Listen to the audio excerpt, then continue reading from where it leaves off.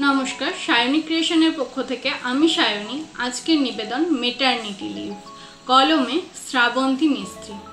भाई मेये होलेई भालो हतो बुझली, मेटार्निटी लिव काटिये उठते ना उठतेई आबार छुट्टी, तोमरा शुधु खेटेई मरो।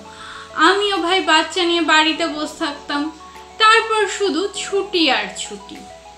তিয়াশা बोल्लो बुझलो ओके उद्देश्य करे कथागुलो बोलछे ओर कलिगरा।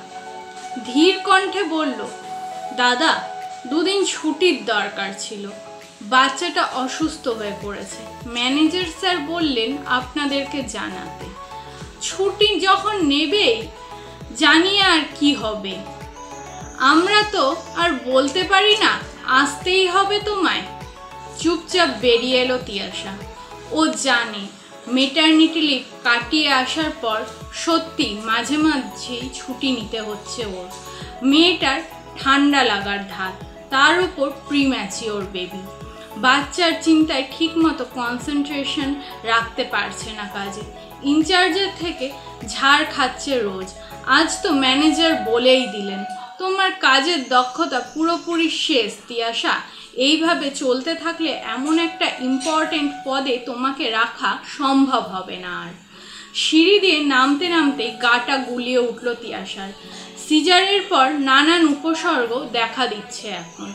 তার উপর সকাল থেকেই এক নাগারে কাজ করতে গিয়ে টিফিনটাও পুরো শেষ করতে পারেনি। মাথা ঘুরছে দেখে একটা চেয়ারে বসলো তিয়াশা। দেখলো একটা কাপল বসে আছে সেখানে, একের পর এক খুনসুটিতে একে অপরের সাথে মত্ত ওরা। মেয়েটা বলছে, আমি তো রান্না তেমন ভালো পারি না, তোমার মা রাগ করবে না তো আবার? ছেলেটা বলল, ধুর পাগলি, আমি আছি তো, দুজনে মিলে ম্যানেজ করে নেব। তিয়াশা সবটা শুনে মনে মনে বলল, বিয়ের আগে আমিও এমনটাই শুনেছিলাম, বিয়ের পর সব বদলে যায় বোন। তারপর চলল অটো স্ট্যান্ডের দিকে। অটোতে উঠে ভাবতে থাকলো আজ রাতে রান্না কি করবে ও। অটো থেকে নেমে বাজার সারলো তিয়াশা। রিক্সাওয়ালা বলল, দিদি কোথাও যাবেন? তিয়াশা না বলে হেঁটে চলল বাড়ির দিকে। দু হাতে দুটো ভারী ভারী ব্যাগ নিয়ে চলতে কষ্টই হচ্ছিল তিয়াশার, কিন্তু ওই 10টা টাকা তো বাঁচবে। মেয়ে হওয়ার পর সংসারে খরচ বেড়েছে, ওর ভবিষ্যতের জন্য সঞ্চয় করতে হবে। তিয়াশার বর জয়ের মাইনের বেশিরভাগ টাকাই চলে যায় ফ্ল্যাট আর বাইকের লোনের কিস্তি মেটাতে। পুরো সংসার চালানোর দায়িত্বই তিয়াশার। তিয়াশা ঘরে ঢুকে ব্যাগ রাখতে না রাখতে শাশুড়ি মা বলে উঠল, তোমার মেয়ে তখন থেকে কেঁদেই যাচ্ছে, নাও তুমিই সামলাও। সারাটা দিন মা হয়েও তো আর কোনো ঝক্কি পোহাতে হয় না, আর আমার হয়েছে যত জ্বালা। বুড়ো বয়সে আর কদিকই বা সামলাবো? কি মা গো তুমি, বাচ্চাকে ছেড়ে থাকো কি করে? আমি তো আমার ছেলেকে একবারের জন্য চোখের আড়াল করতাম না। তিয়াশার খুব বলতে ইচ্ছে করছিল চাকরিটা না করলে খেতে কি, কিন্তু নিজেকে সামলে বলল, আমি তো একটা লোক রাখতে চেয়েছিলাম তিন্নিকে দেখার জন্য, তুমিই তো রাখতে দিলে না। ওসব ছাড়ো, মায়ের দরদ কখনো মাসি বোঝে না। এবার চাকরি ছেড়ে বাচ্চা মানুষ করো। তিয়াশার দু চোখ ভরে জল এলো। এই মানুষটাই এক সময় বলেছিল, তোমার বাচ্চা বড় করার দায়িত্ব আমার, আর আজ সবকিছুই বদলে গেছে। রাতে তিন্নিকে কোলে নিয়ে রান্না করছিল তিয়াশা।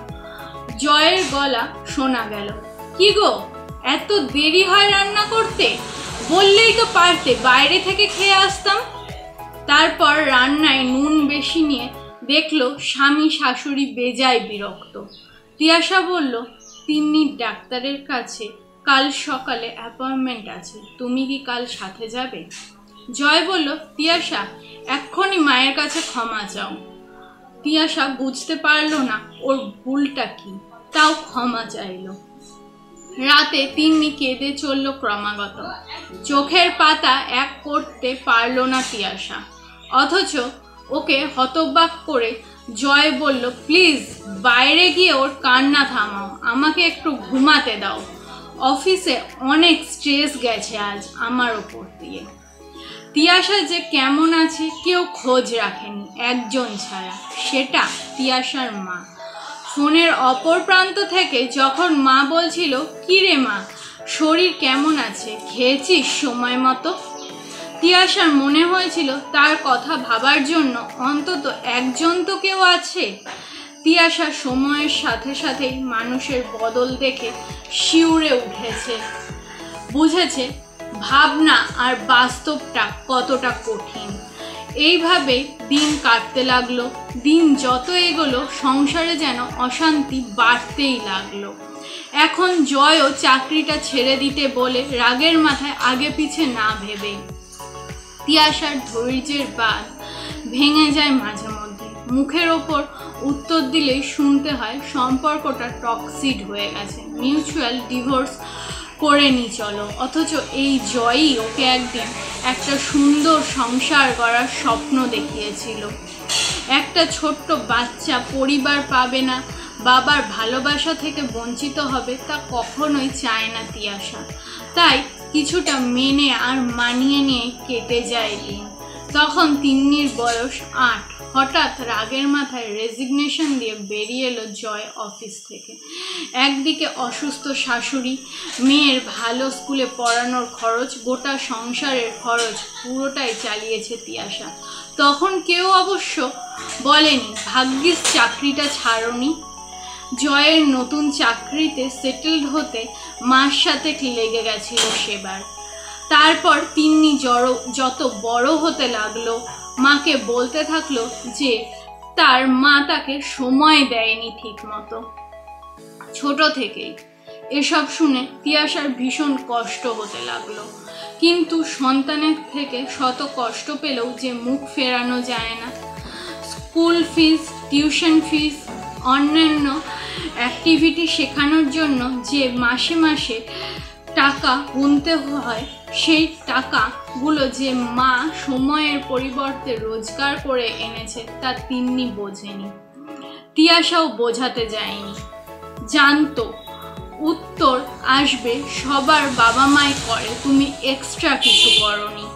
যতই বয়স বেড়েছে জয় আঁকড়ে ধরতে চেয়েছে তিয়াশাকে, বুঝেছে পাশে থাকার জন্য ওর সাথে সবসময় ওর সহধর্মিণীই থাকবে। অনেকগুলো বছর কেটে গেছে, তমসার বয়স বেড়েছে, জয় অসুস্থ থাকে প্রায়। তিন্নিকেও বিয়ে দিয়েছে ওর পছন্দের ছেলের সাথেই। এখন যখন তিয়াশা ব্যস্ত তিন্নিকে ফোন করে জিজ্ঞেস করে, কি খেয়েছিস মা? তিন্নি আফসোস করে বলে, এই সংসারে এত কিছু করেও কোনো দাম নেই বুঝলে মা।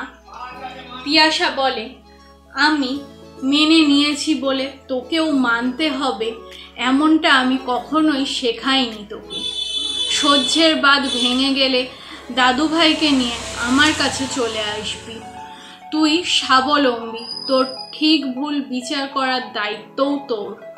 তবে তোর বাবার বাড়ির দরজা তোর জন্য সব সময় খোলা। আমি জানি সব ওয়ার্কিং মেয়েদের অবস্থা এরকম নয়। অনেক ফ্যামিলি প্রচণ্ড সাপোর্ট করে স্ত্রী বা বৌমাকে, সেই ফ্যামিলিগুলো অনেক হ্যাপি ফ্যামিলি। আর আজকের দিনে এত কিছু অনেকেই মেনে নেয় না। তবুও কিছু মেয়ে মানিয়ে নিয়েই রয়ে যায়, একদিন সব ঠিক হয়ে যাবে এই আশায়। আর দেখতে দেখতে মেনে নিতে নিতে